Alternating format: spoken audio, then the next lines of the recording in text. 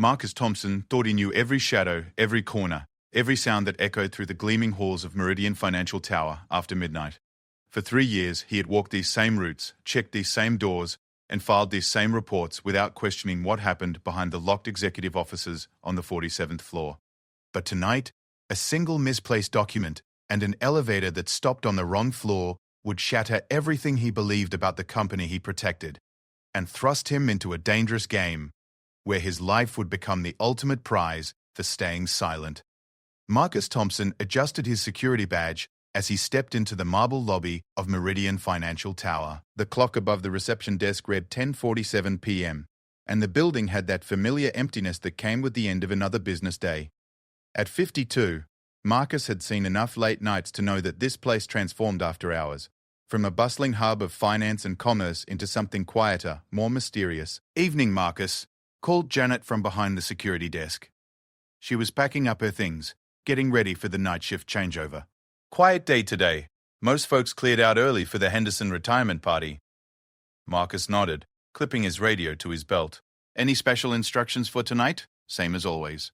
Executive floors are off limits except for emergencies.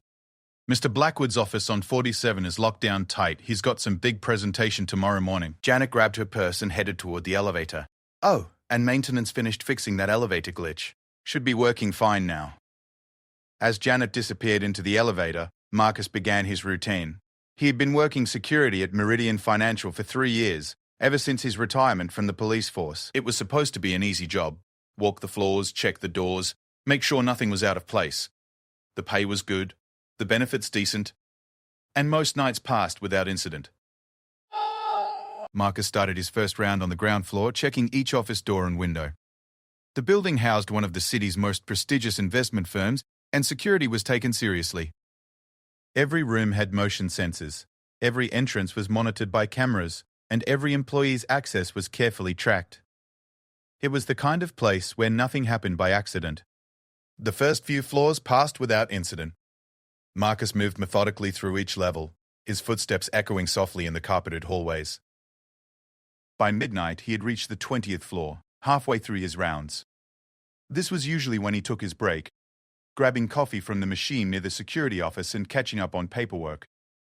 As he approached the elevator bank, Marcus noticed something unusual. A manila folder lay on the floor near the elevator doors, its contents scattered across the polished marble. It looked like someone had dropped it in a hurry.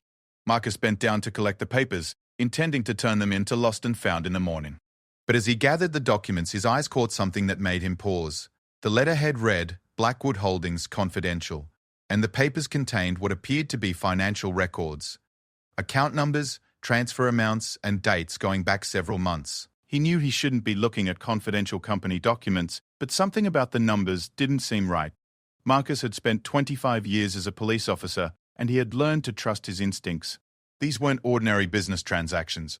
The elevator chimed softly, and the doors opened. Marcus stepped inside, still holding the folder, and pressed the button for the security office on the 15th floor. But instead of descending, the elevator began to rise. The display showed that it was heading to the 47th floor, the executive level. Marcus pressed the button for the 15th floor again, but the elevator continued its upward journey. This must be the glitch Janet had mentioned, though she said it was supposed to be fixed. He tried pressing the emergency stop button, but nothing happened. When the doors opened on the 47th floor, Marcus found himself staring down a dimly lit hallway lined with executive offices. He knew he wasn't supposed to be here. Access to this floor was strictly controlled, and he didn't have clearance for anything above the 30th floor. The smart thing to do would be to press the button for the ground floor and report the elevator malfunction, but as Marcus stood in the doorway, he heard something that made him hesitate. Voices coming from one of the offices down the hall. He checked his watch. It was 12:15 a.m. What were executives doing here at this hour?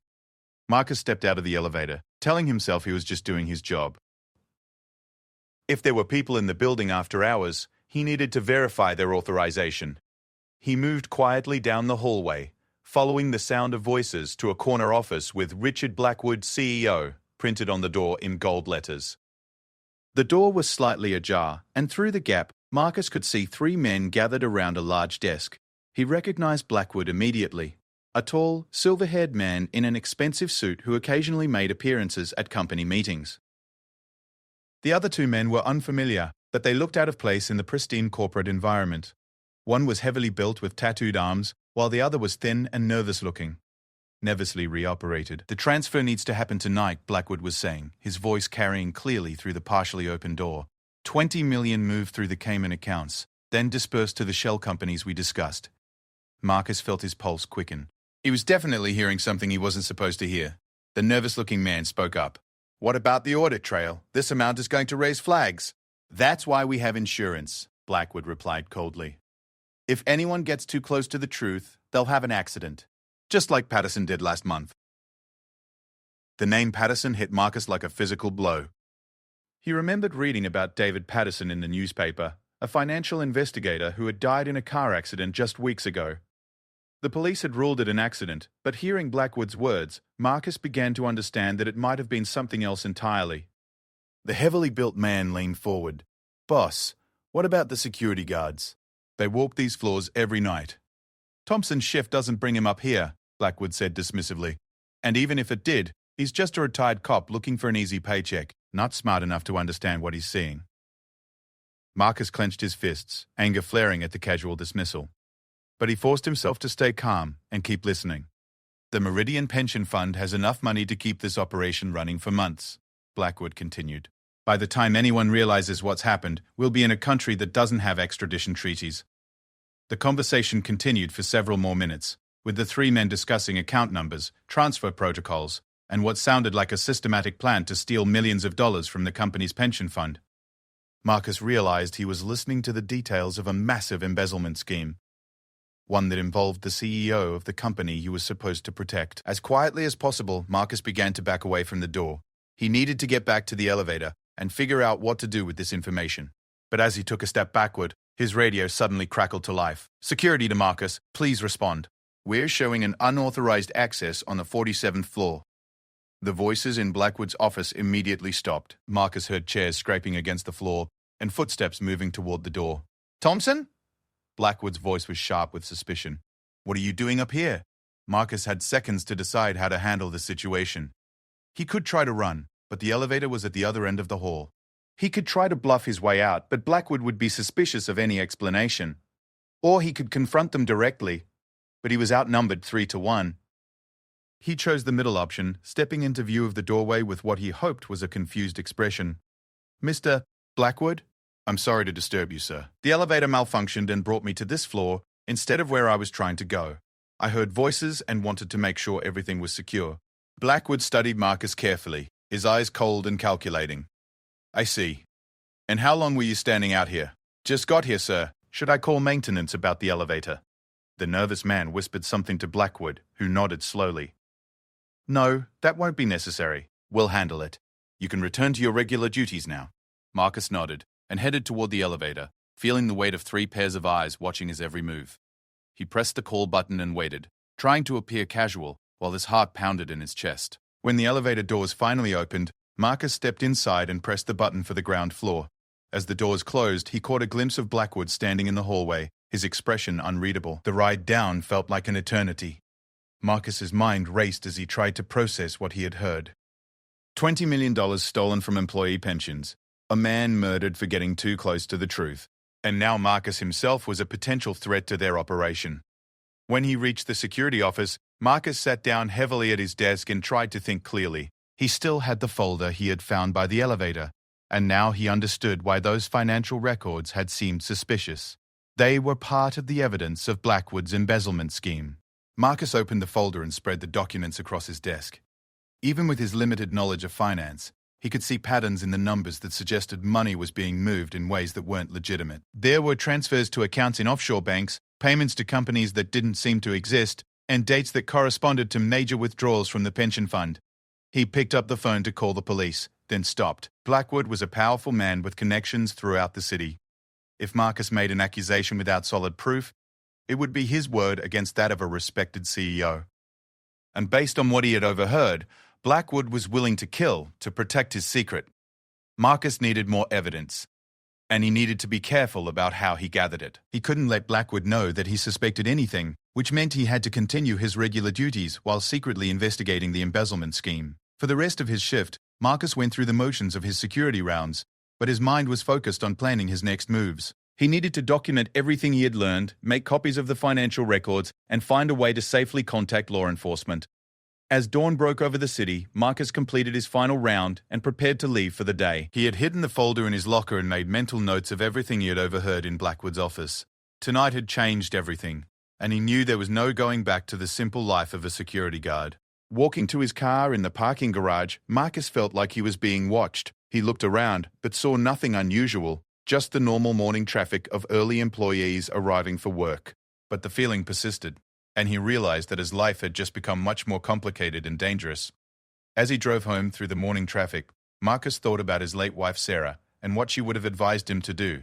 Sarah had always told him to follow his conscience, even when it was difficult. She would have wanted him to do the right thing, regardless of the personal cost. Marcus had stumbled onto something much bigger than a simple security job. Blackwood and his associates were stealing millions of dollars from people who had worked their entire lives to build retirement savings. Employees like Janet, who trusted that their pension fund was being managed honestly. People who deserved better than having their futures stolen by corrupt executives. By the time he reached his small apartment, Marcus had made his decision. He would gather as much evidence as possible and find a way to expose Blackwood's scheme. It wouldn't be easy, and it might be dangerous, but it was the right thing to do. He pulled out his laptop and began researching everything he could find about Meridian Financial, Richard Blackwood, and the recent death of David Patterson. If he was going to take on one of the most powerful men in the city, he needed to be prepared for a fight. The next evening, Marcus returned to work with a new sense of purpose. He had spent the day making copies of the financial documents and researching the connections between Blackwood's company and the offshore accounts mentioned in the papers. He had also contacted an old friend from the police force who worked in financial crimes, hoping to get advice on how to properly document what he was discovering. As he began his rounds that night, Marcus was more observant than ever. He noticed details he had previously overlooked: security cameras that seemed to be positioned to monitor employee movements rather than protect against intruders, locked filing cabinets in offices that should have been accessible to cleaning staff, and computer terminals that remained active long after business hours. On the 23rd floor, Marcus discovered something interesting. The office of Helen Morrison, the company's chief financial officer, had been left unlocked. Through the window, he could see stacks of files on her desk and what appeared to be financial reports spread across her conference table. Marcus knew he was taking a risk, but he needed more evidence to support what he had overheard in Blackwood's office. He slipped inside the office and quickly photographed the documents with his phone, being careful not to disturb anything. The reports confirmed his worst fears.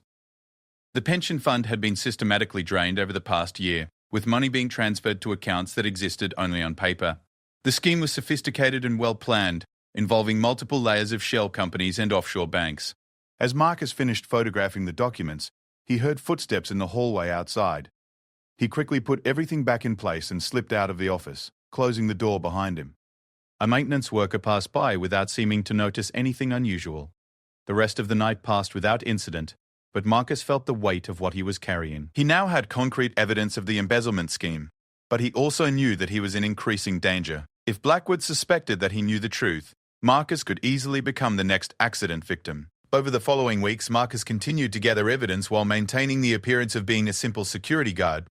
He documented unusual activity on the executive floors, photographed suspicious documents when opportunities arose, and built a comprehensive file on Blackwood's criminal operation. But he also noticed that he was being watched more closely. Security cameras seemed to track his movements, and he occasionally spotted unfamiliar faces in the building who claimed to be consultants or visitors but behaved more like surveillance operatives. The pressure was building, and Marcus knew that he would soon have to make his move. The question was whether he had gathered enough evidence to bring down Blackwood and his associates, or whether he would become another casualty in their effort to protect their secret. As he prepared for what might be his final night as a security guard at Meridian Financial, Marcus thought about all the people whose retirement savings were being stolen.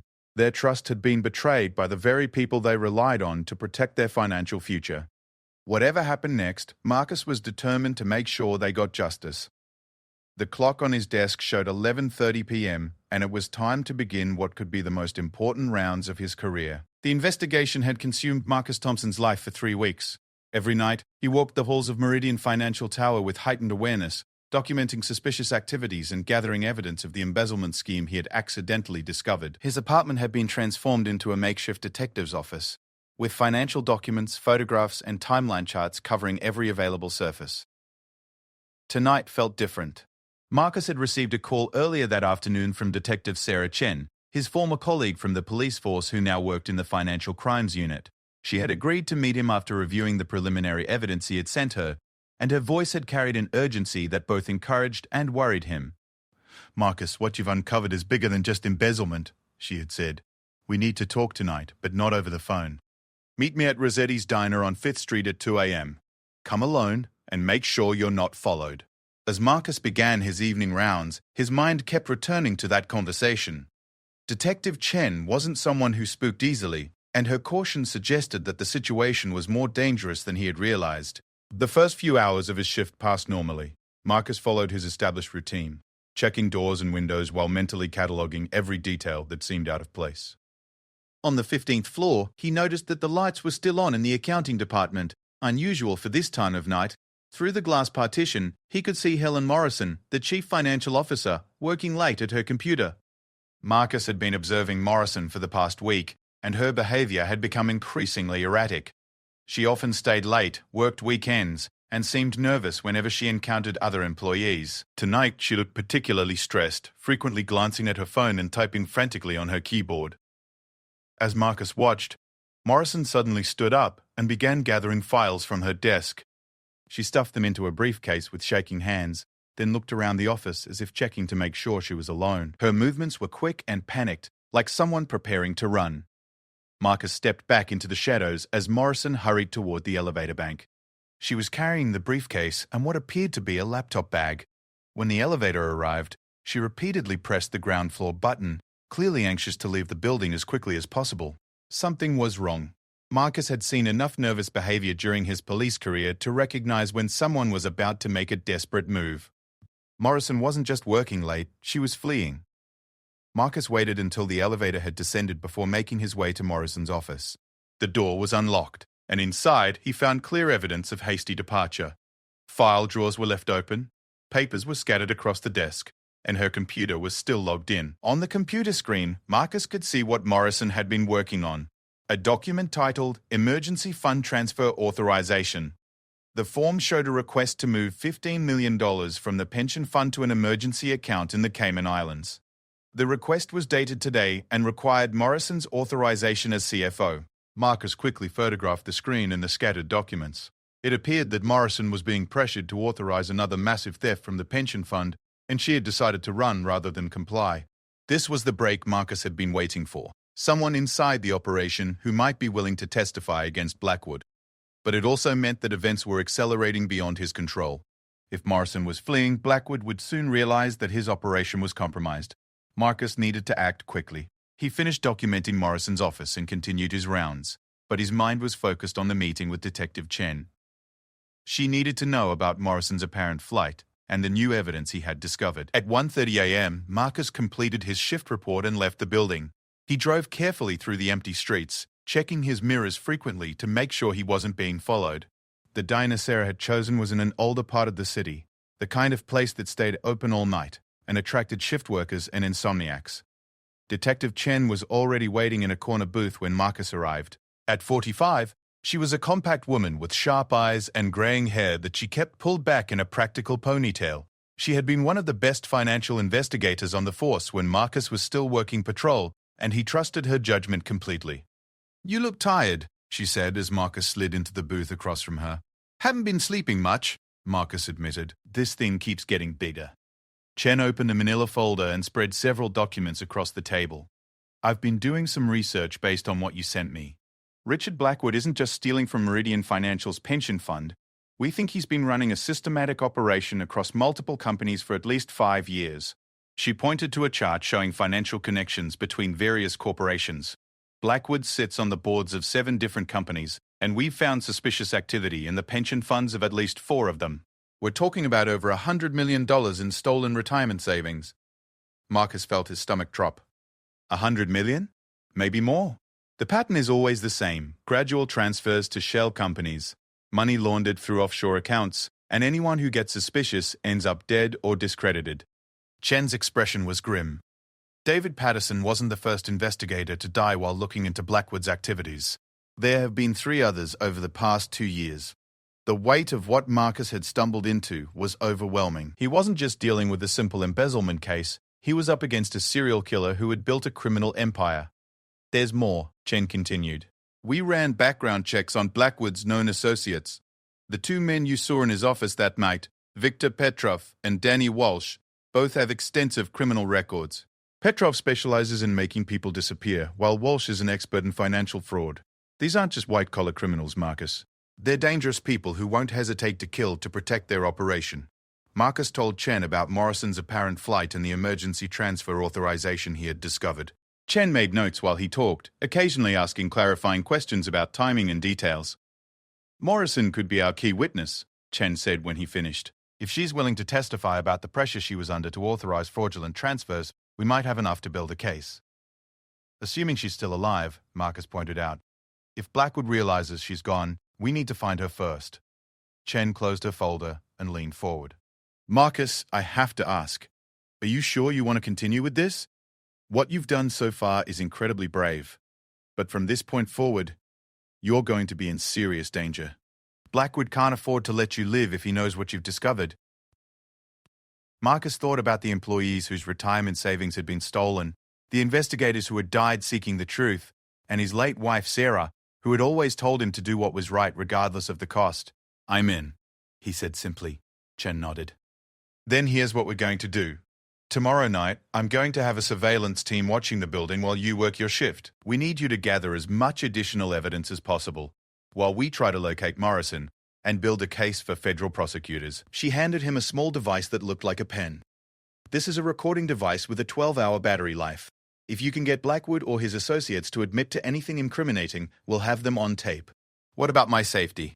The surveillance team will be monitoring police frequencies and will respond immediately if you call for help. But Marcus, you need to understand, if Blackwood suspects you know the truth, he won't hesitate to have you killed.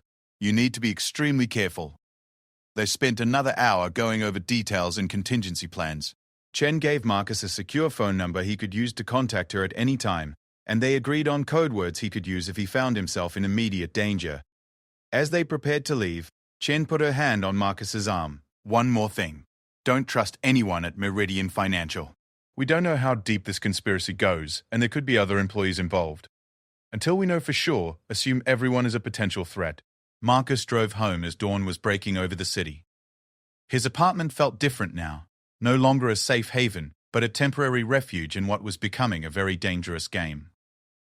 He spent the day reviewing everything he knew about Blackwood's operation and trying to prepare mentally for what could be his most perilous night of work. That afternoon, he received a call from the Meridian Financial Security Office. Janet sounded nervous when she told him that there had been some schedule changes and that he should report directly to Mr. Blackwood's office when he arrived for his shift. The request sent alarm bells ringing in Marcus's head. In 3 years of working at Meridian Financial, he had never been asked to report to an executive office. Blackwood wanting to see him could only mean one thing. His cover was blown. Marcus considered calling in sick, but that would only confirm Blackwood's suspicions. Instead, he decided to keep the appointment and hoped that the surveillance team Chen had promised would be in position to help if things went wrong. He arrived at Meridian Financial Tower that evening, with the recording device hidden in his shirt pocket and the secure phone Chen had given him concealed in his belt. As he walked through the lobby, everything looked normal, but Marcus felt like he was entering enemy territory. The elevator ride to the 47th floor felt like a death sentence. Marcus tried to calm his nerves by focusing on his breathing and reminding himself that Chen's team would be watching. But he also knew that if Blackwood had decided to eliminate him, the next few minutes would determine whether he lived or died. The elevator doors opened to reveal Victor Petrov waiting in the hallway. The heavily built man with tattooed arms didn't smile as he gestured for Marcus to follow him to Blackwood's office. Mr. Thompson, Blackwood said as Marcus entered the spacious corner office. Thank you for coming up. I wanted to discuss some security concerns that have come to my attention. Blackwood was seated behind his massive desk, impeccably dressed as always, but with cold eyes that seemed to look right through Marcus. Danny Walsh, the nervous-looking man, sat in a chair nearby, and Victor positioned himself near the door like a guard. Security concerns, sir? Marcus tried to sound puzzled while his heart hammered in his chest. Yes. It seems we've had some unauthorized access to sensitive areas of the building recently. Files have been disturbed, documents have gone missing, and there have been reports of someone wandering around floors where they don't belong. Blackwood stood up and walked around the desk, moving closer to Marcus. You wouldn't know anything about that, would you, Mr. Ball? Thompson? Marcus forced himself to meet Blackwood's stare. No, sir. I always stick to my assigned routes. If there's been a security breach, maybe you should check the access logs and see who's been using their key cards after hours. An interesting suggestion, Blackwood said with a thin smile. The problem is, the access logs show that the only person who could have reached certain areas is someone with a master key, like a security guard. The room fell silent except for the sound of traffic far below. Marcus realized that this was the moment of truth. Blackwood was giving him one last chance to confess, and depending on his answer, Marcus would either walk out of this office alive or become another casualty in Blackwood's war against the truth. I don't know what you're implying, Mr. Blackwood, but I've done nothing wrong. I take my responsibility seriously, and I would never compromise the security of this building. Blackwood studied Marcus for a long moment, then nodded to Victor. Search him. Victor moved forward, his hands reaching for Marcus's jacket. This was it. If they found the recording device or the secure phone, Marcus was dead. He tensed, preparing to fight, knowing that his only chance was to create enough chaos to escape or signal for help.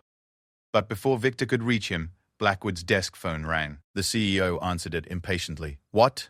When? Blackwood's expression changed from confident to alarmed. Are you certain?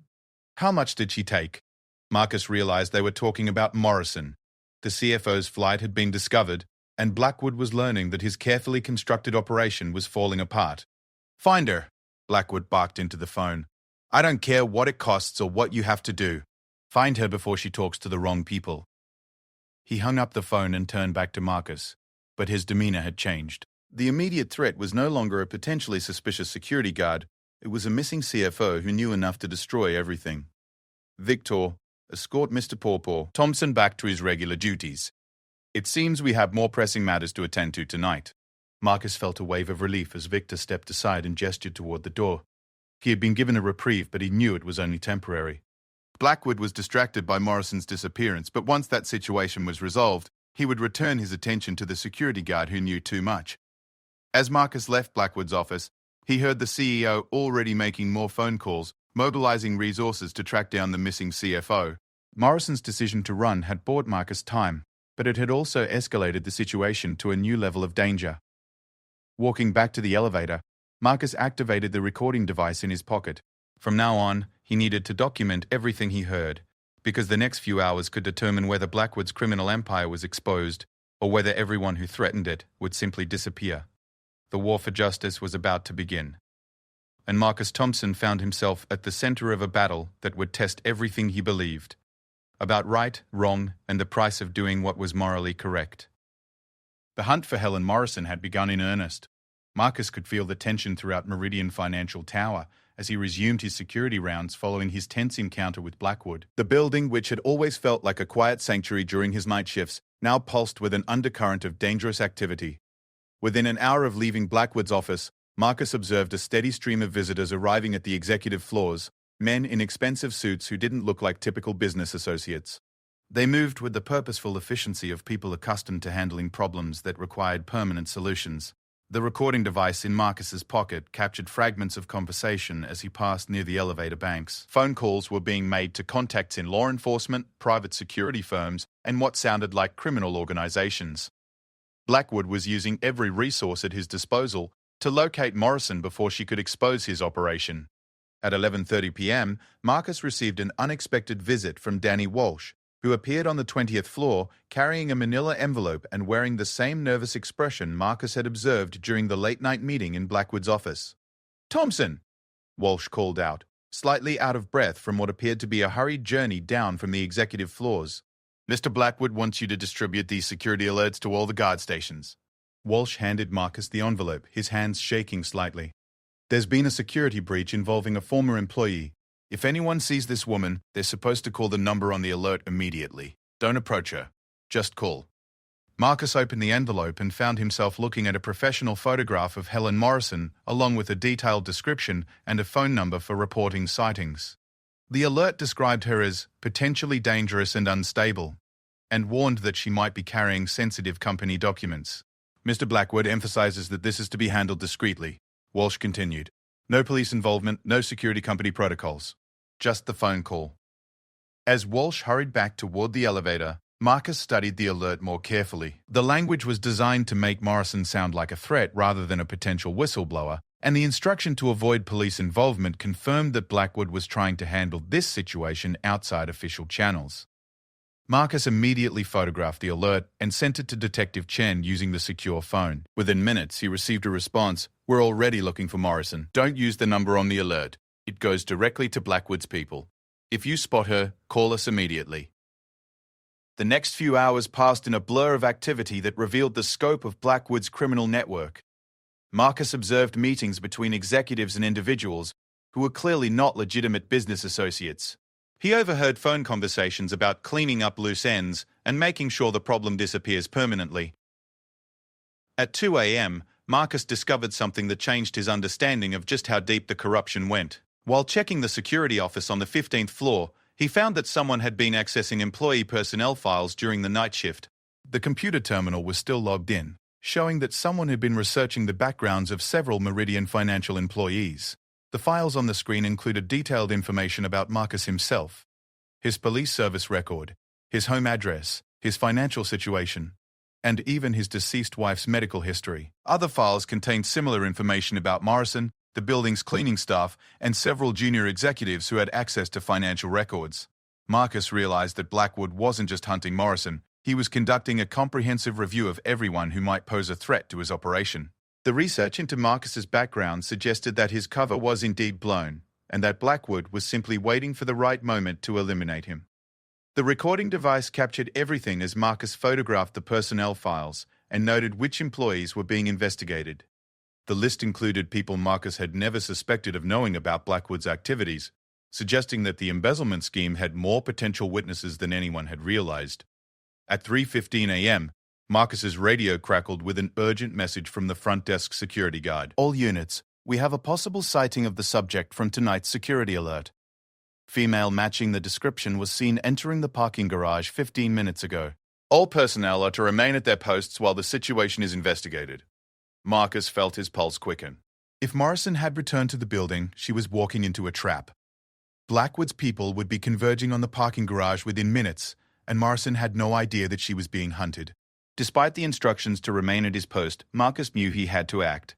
He made his way toward the parking garage, using his security access to take a route that would avoid the main elevators where Blackwood's people would be concentrated. The parking garage was dimly lit and filled with the shadows cast by concrete pillars and parked vehicles. Marcus moved carefully, using his police training to stay concealed while searching for any sign of Morrison or the people hunting her. He found Morrison on the 3rd level, crouched behind a blue sedan with a laptop bag and a briefcase. She looked terrified and exhausted, constantly glancing around as if expecting to be discovered at any moment. "Mrs. Morrison," Marcus called out softly, approaching with his hands visible to show he wasn't a threat. "It's Marcus Thompson from security." "I'm here to help." Morrison spun around, her eyes wide with fear. "They're trying to kill me," she whispered. "I came back to get more evidence, but I think they know I'm here." "You're right, they do know. The building is full of Blackwood's people looking for you." Marcus knelt down beside her. "I know about the embezzlement scheme. I've been gathering evidence for weeks." Hope flickered in Morrison's eyes. "You know, thank God. I thought I was the only one who realized what was happening. We need to get you out of here safely. Do you have evidence that can prove Blackwood's guilt?" Morrison patted her laptop bag. "Everything. Financial records, email communications, authorization forms. Enough to put him away for life. But I need to get these documents to law enforcement before Blackwood's people find me." The sound of footsteps echoing through the garage interrupted their conversation. Multiple people were moving through the lower levels, systematically searching for Morrison. Marcus could hear Victor's voice giving directions to what sounded like a team of at least 4 people. "They're coming," Marcus whispered. "We need to move now." He led Morrison toward a stairwell that would allow them to reach the ground level without using the main vehicular exit. But as they approached the stairs, they heard voices coming from that direction as well. Blackwood had positioned people at all the exits.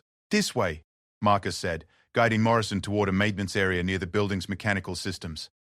He remembered seeing an emergency exit in that section that connected to the adjacent building's loading dock. They moved carefully through the maze of pipes and electrical equipment, following dim emergency lighting toward the back of the garage. Behind them, Marcus could hear the search teams getting closer, their voices growing louder as they coordinated their efforts. The emergency exit was secured with a heavy door that would trigger an alarm when opened. Marcus knew that once they went through it, their location would be immediately known. But staying in the garage was no longer an option. "When I open this door, we run," he told Morrison. "Don't look back, don't slow down. There's an all-night diner 2 blocks east where we can call for help." Marcus pushed open the emergency door, and immediately an alarm began blaring throughout the building. He and Morrison ran through the loading dock area of the adjacent building, emerging onto a side street that was empty except for a few parked cars. Behind them, they could hear shouts and the sound of people running. Blackwood's team had realized that their quarry was escaping and was mobilizing to pursue them.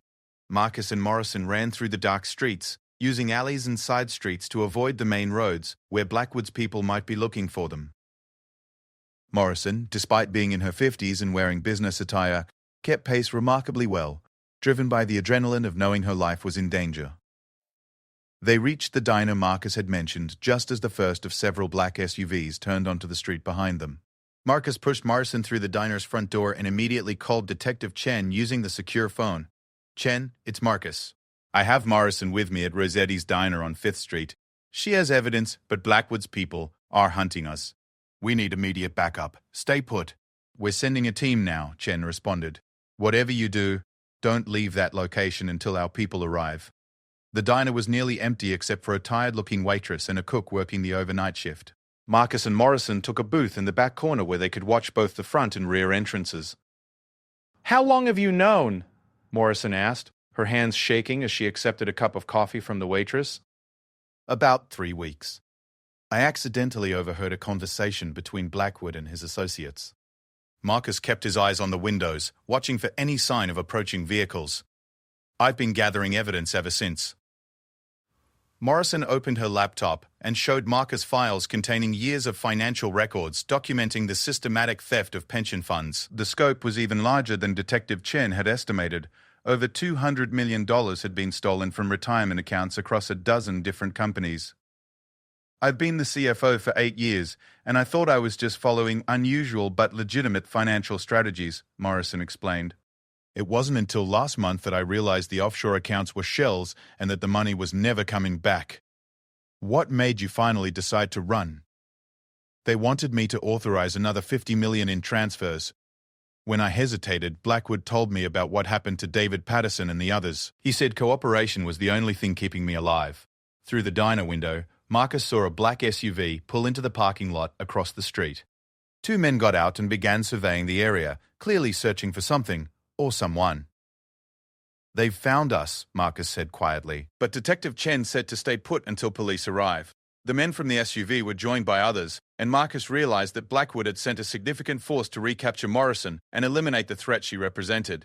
The diner, which had seemed like a refuge, was beginning to feel like a trap. Morrison was transferring files from her laptop to a thumb drive, working frantically to preserve the evidence.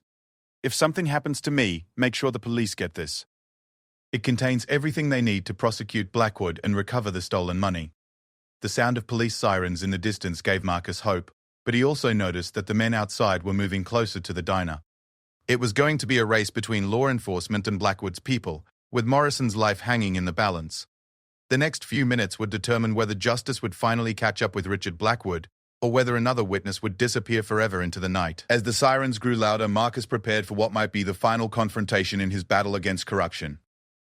The evidence was secure, the authorities were coming, and the truth was finally within reach.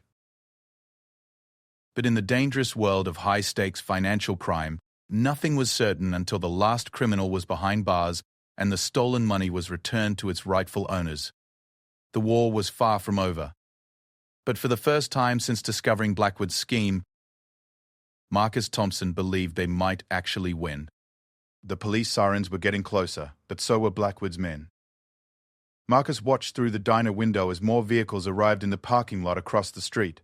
At least 6 black SUVs now surrounded the area, and he could count 12 armed men positioning themselves around the building. "They're not going to wait for the police," Morrison said, her voice tight with fear as she finished copying files to the thumb drive. Blackwood's people know this is their last chance to silence us. Marcus checked his phone.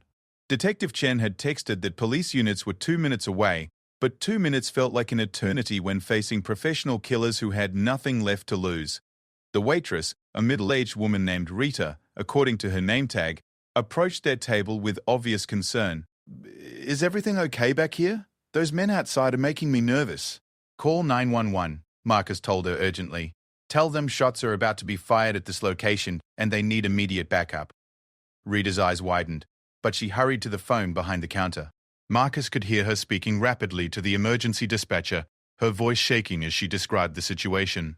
Through the window, Marcus saw Viktor Petrov stepping out of one of the SUVs. The big man was holding what appeared to be a submachine gun, making no effort to conceal his weapon.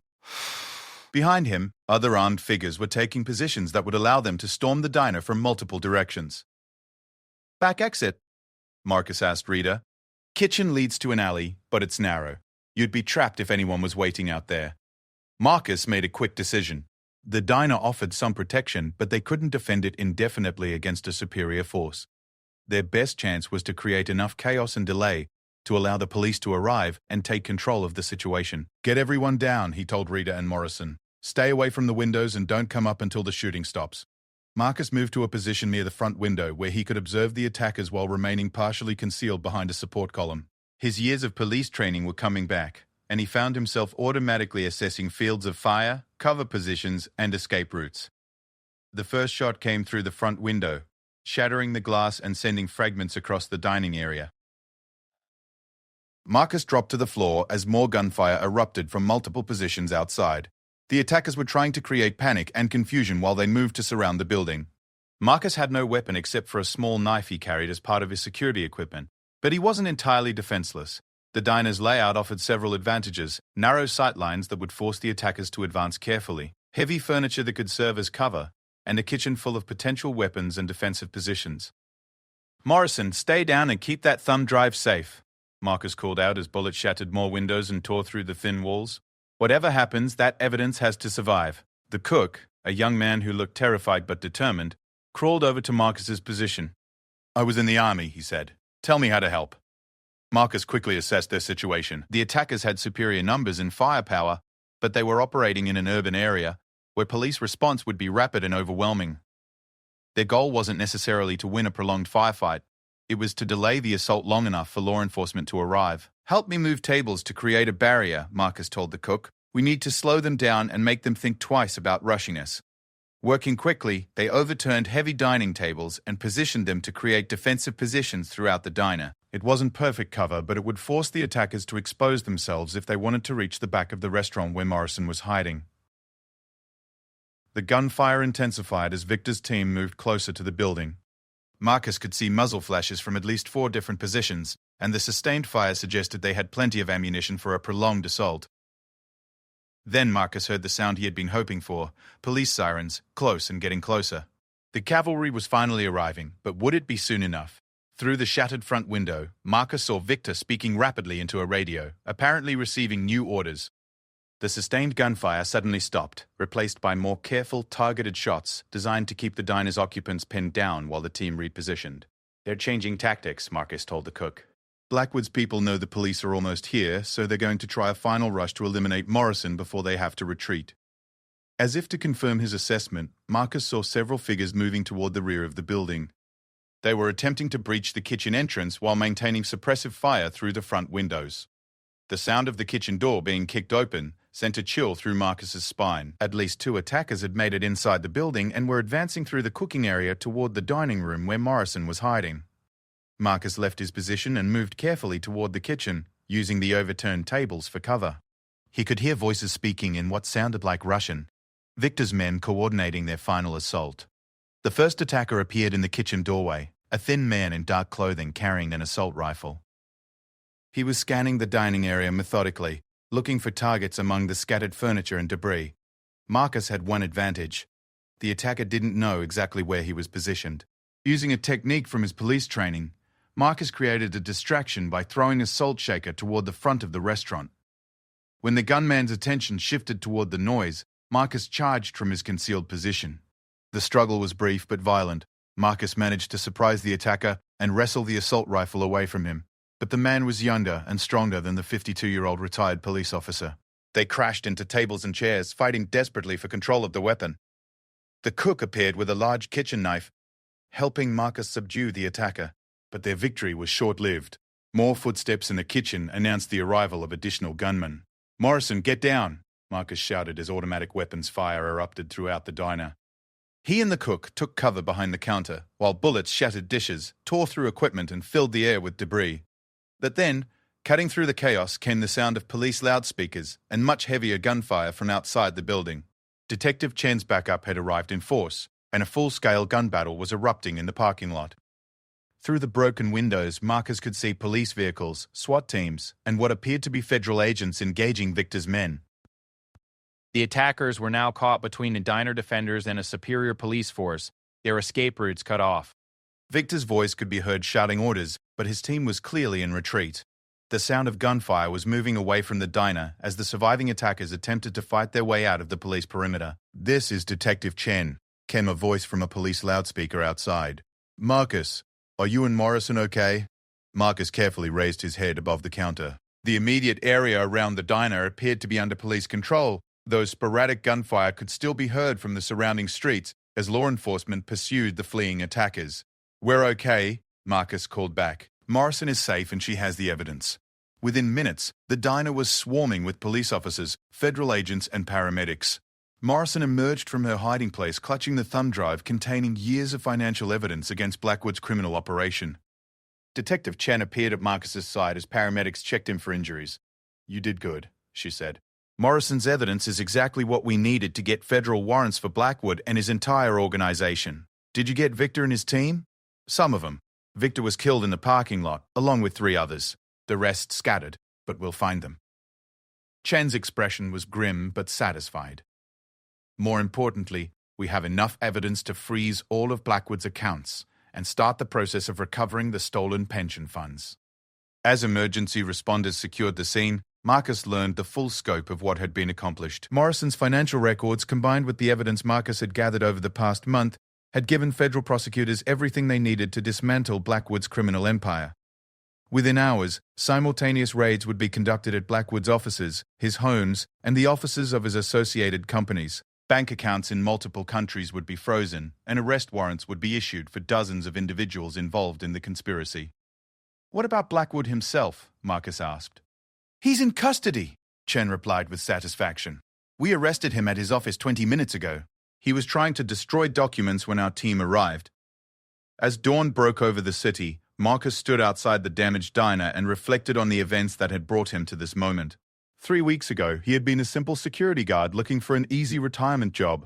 Now, he was a key witness in one of the largest financial fraud cases in the city's history. The stolen pension funds would be recovered, the criminals would face justice, and hundreds of employees would get back the retirement savings they had worked their entire lives to build. It had been worth the risk, worth the danger, worth every sleepless night spent gathering evidence. Rita, the waitress, approached him as investigators documented the damage to her workplace. "The insurance will cover the repairs," she said, "but I wanted to thank you for what you did. My husband works for one of those companies. His pension was part of what they stole." Morrison, who was giving a detailed statement to federal investigators, caught Marcus's eye and nodded gratefully. She had found the courage to risk everything for the truth, and together, they had brought down a criminal conspiracy that had seemed untouchable. Detective Chen handed Marcus a business card. "The federal prosecutors are going to want extensive testimony from you. This case will probably take years to fully resolve, but your evidence will be the foundation for everything that follows." As Marcus drove home through the morning traffic, he thought about his late wife Sarah and how proud she would have been of what he had accomplished. He had followed his conscience, done the right thing, and helped ensure that justice would be served. The battle was won, but the war for justice was never truly over. Tomorrow there would be other criminals, other schemes, other people who needed someone to stand up for what was right. Marcus Thompson had rediscovered his purpose, and he was ready to continue the fight wherever it might lead. The guards' discovery had become the guards' victory, and the truth had finally set everyone free. 6 months after the dramatic confrontation at Rossetti's diner, Marcus Thompson found himself in a federal courthouse, preparing to give what would likely be his final testimony in the case against Richard Blackwood and his criminal organization. The legal proceedings had been swift but thorough. with federal prosecutors building an airtight case based on the evidence Marcus and Helen Morrison had risked their lives to preserve. The courtroom was packed with reporters, federal agents, and victims of Blackwood's embezzlement scheme. Marcus recognized many faces from Meridian Financial. Employees whose retirement savings had been stolen and who were finally seeing justice served. The magnitude of the case had drawn national attention, with financial news networks covering every development in what they called one of the largest pension fraud cases in American history. Marcus straightened his tie and reviewed his notes. One final time. Over the past 6 months, he had testified before grand juries, met with FBI investigators, and worked with forensic accountants to trace every stolen dollar. The process had been exhausting but necessary, and now it was almost over. Helen Morrison sat in the witness section, looking healthier and more confident than she had during that terrifying night in the diner. She had spent weeks working with federal investigators, helping them understand the complex financial structures Blackwood had used to hide his crimes. Her cooperation had been crucial in recovering nearly 90% of the stolen funds. "The prosecution calls Marcus Thompson," announced the federal prosecutor, a sharp-eyed woman named Sarah Martinez, who had built her career prosecuting white-collar criminals. Marcus walked to the witness stand with steady steps, raising his right hand to take the oath he had given several times before. In the defendant's section, Richard Blackwood sat at the defense table wearing an orange prison jumpsuit instead of his usual expensive suits. The once powerful CEO looked older and defeated, his silver hair disheveled, and his eyes lacking the cold confidence Marcus remembered from their confrontations. "Mr. Dispatch." "Thompson," Prosecutor Martinez began, "please tell the court how you first discovered evidence of the defendant's criminal activities." Marcus spoke clearly and deliberately, describing the night he found the scattered financial documents near the elevator and the malfunctioning elevator that had taken him to the 47th floor. He detailed the conversation he had overheard in Blackwood's office, the systematic gathering of evidence that followed, and the dangerous weeks of investigation that had nearly cost him his life. The defense attorney, an expensive lawyer hired by what remained of Blackwood's organization, tried to challenge Marcus's testimony by questioning his motives and suggesting that he had misunderstood legitimate business conversations. But Marcus's evidence was too solid, too well documented, and too thoroughly corroborated by other witnesses. "Mr. Betty," Thompson, the defense attorney asked during cross-examination, "isn't it true that you were facing financial difficulties and saw an opportunity to profit from making accusations against my client?" Marcus looked directly at Blackwood as he answered, "I was never motivated by money. I was motivated by seeing hundreds of people's retirement savings being stolen by someone they trusted to protect their financial future." The prosecution's case had been overwhelming from the beginning. In addition to Marcus's testimony and Morrison's financial records, federal investigators had uncovered a vast network of shell companies, offshore accounts, and fraudulent transactions. They had traced stolen funds to luxury properties, expensive cars, and secret accounts in countries around the world. Danny Walsh, Blackwood's nervous associate, had agreed to cooperate with prosecutors in exchange for a reduced sentence. His testimony had revealed the full scope of the criminal organization, including details about other victims and additional crimes that investigators were still uncovering. Victor Petrov was dead, killed during the gun battle outside the diner. But several of his associates had been captured and were facing their own criminal charges. The entire network of corruption that Blackwood had built over nearly a decade was being systematically dismantled. During a recess in the proceedings, Marcus was approached by James Crawford, a 60-year-old maintenance worker from Meridian Financial whose entire pension had been stolen. "Mr. Thompson?" Crawford said, extending his hand. "I wanted to thank you personally. My wife and I thought we were going to lose everything. Because of what you did, we're getting our retirement back." Similar conversations happened throughout the courthouse as Marcus encountered other victims whose lives had been saved by his decision to investigate Blackwood's crimes. These moments reminded him why he had risked everything to expose the truth. Detective Chen appeared at Marcus's side as the recess ended. She had been promoted to head the Financial Crimes Unit following the success of the Blackwood investigation, and she was already working on several cases that had been inspired by Marcus's evidence. "The prosecution is expecting a guilty verdict on all counts," she told Marcus. Blackwood's facing life in prison without the possibility of parole. As the trial resumed for closing arguments, Marcus reflected on how much his life had changed since that night 6 months ago. He was no longer working as a security guard at Meridian Financial. The building had been sold to new owners as part of the bankruptcy proceedings that followed Blackwood's arrest. Instead, Marcus had found new purpose as a consultant for law enforcement agencies investigating financial crimes. His combination of police experience and first-hand knowledge of corporate security made him valuable in cases involving white-collar criminals who thought they were above the law. The prosecutor's closing argument was powerful and comprehensive, summarizing months of evidence that painted a clear picture of systematic theft, corruption, and murder. She reminded the jury that Blackwood hadn't just stolen money. He had destroyed lives, ended careers, and even killed people who threatened to expose his crimes. The defendant believed he was untouchable, Martinez told the jury. He believed his wealth and power made him immune to consequences. But justice doesn't recognize social status or bank account balances. The evidence in this case proves beyond any reasonable doubt that Richard Blackwood is a criminal who deserves to spend the rest of his life in prison. The defense's closing argument was weak and unconvincing, focused primarily on technical legal challenges that had already been thoroughly debunked by the prosecution's evidence. Blackwood's lawyer seemed to know that his client's case was hopeless, going through the motions of a defense while offering no real alternative explanation for the overwhelming evidence of guilt. The jury deliberated for less than 3 hours, remarkably quick for such a complex case. When they returned to the courtroom, their faces showed the solemn determination of people who had reached a difficult but necessary decision. On the count of conspiracy to commit fraud, we find the defendant guilty, the jury foreman announced. On the count of embezzlement, we find the defendant guilty. On the count of money laundering, we find the defendant guilty. The guilty verdicts continued for nearly 10 minutes, covering dozens of charges related to Blackwood's criminal activities. With each pronouncement of guilt, Marcus felt a greater sense of justice being served. When the verdicts were complete, Judge Patricia Williams addressed Blackwood directly. "Mr. Blackwood, you have been found guilty of crimes that have devastated hundreds of families and betrayed the trust of everyone who worked for your companies. Your actions were motivated by greed and enabled by a complete lack of conscience." The sentencing hearing was scheduled for the following month, but everyone in the courtroom knew that Blackwood would never again walk free. The evidence had been too strong, the victims too numerous, and the crimes too serious for any other outcome. As people filed out of the courtroom, Marcus was surrounded by reporters asking for interviews about his role in exposing the conspiracy. He answered their questions briefly, emphasizing that the real heroes were the victims who had found the courage to testify and the law enforcement officers who had built the case. Helen Morrison approached Marcus as the crowd thinned. "I've been offered a position with the Securities and Exchange Commission," she told him. "They want me to help investigate other cases like this one.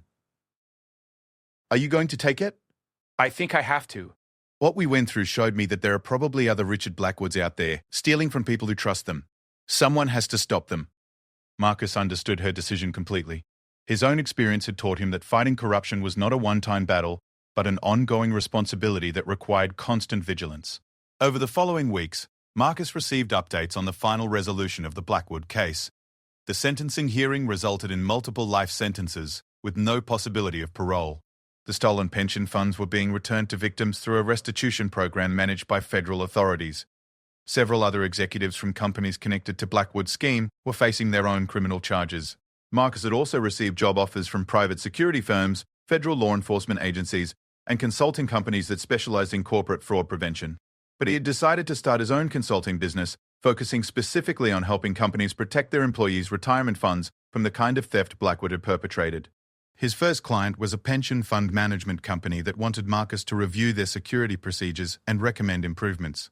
It was satisfying work that combined his police experience, his knowledge of corporate environments, and his understanding of how criminals operated in the financial world. On a quiet Sunday morning, Marcus visited Sarah's grave in the cemetery where she had been buried 3 years earlier. He brought fresh flowers and spent a few minutes telling her about the case and how it had changed his life. "I think you would have been proud," he said aloud, knowing that his wife had always encouraged him to follow his conscience regardless of the personal cost. "A lot of good people got their money back, and a very bad man is going to spend the rest of his life in prison." As Marcus drove home from the cemetery, he reflected on the lessons he had learned during his battle against Blackwood's criminal organization. He had discovered that corruption could exist anywhere, hidden behind facades of respectability and protected by wealth and power. But he had also learned that ordinary people could make extraordinary differences when they chose to do what was right. His phone rang as he pulled into his apartment complex. It was Detective Chen, calling with news about a new case involving suspicious activity at another major corporation. "Marcus, we could use your expertise on this one. Are you interested?" Marcus looked up at his apartment window, where he had spent so many nights studying financial documents and planning his investigation of Blackwood's crimes. He thought about the comfortable retirement he could have if he simply enjoyed his success and avoided future risks. Then he thought about James Crawford and the other victims whose lives had been saved by someone's willingness to stand up for justice. "I'm interested," Marcus told Chen. "When do we start?" The guard's payback had become the guard's purpose, and Marcus Thompson was ready for whatever challenges lay ahead. In a world where power and wealth often seemed to protect criminals from consequences, someone had to be willing to fight for the truth. Marcus had found his calling, and he was prepared to answer it for as long as justice needed a champion. The story of corruption and courage at Meridian Financial Tower was over. But the larger story, of one man's commitment to doing what was right, would continue for years to come. Marcus Thompson had learned that retirement didn't mean the end of making a difference. Sometimes it meant the beginning of the most important work of your life. As he walked toward his apartment, Marcus felt the satisfaction that came from knowing he had used his skills and experience to protect people who couldn't protect themselves. Tomorrow would bring new challenges, new cases, and new opportunities to ensure that justice prevailed over greed. The guard who had started as a simple security officer had become a force for justice, and his story would inspire others to find the courage to do what was right, no matter how powerful the forces of corruption might seem. Justice had been served, but the fight for justice would never end.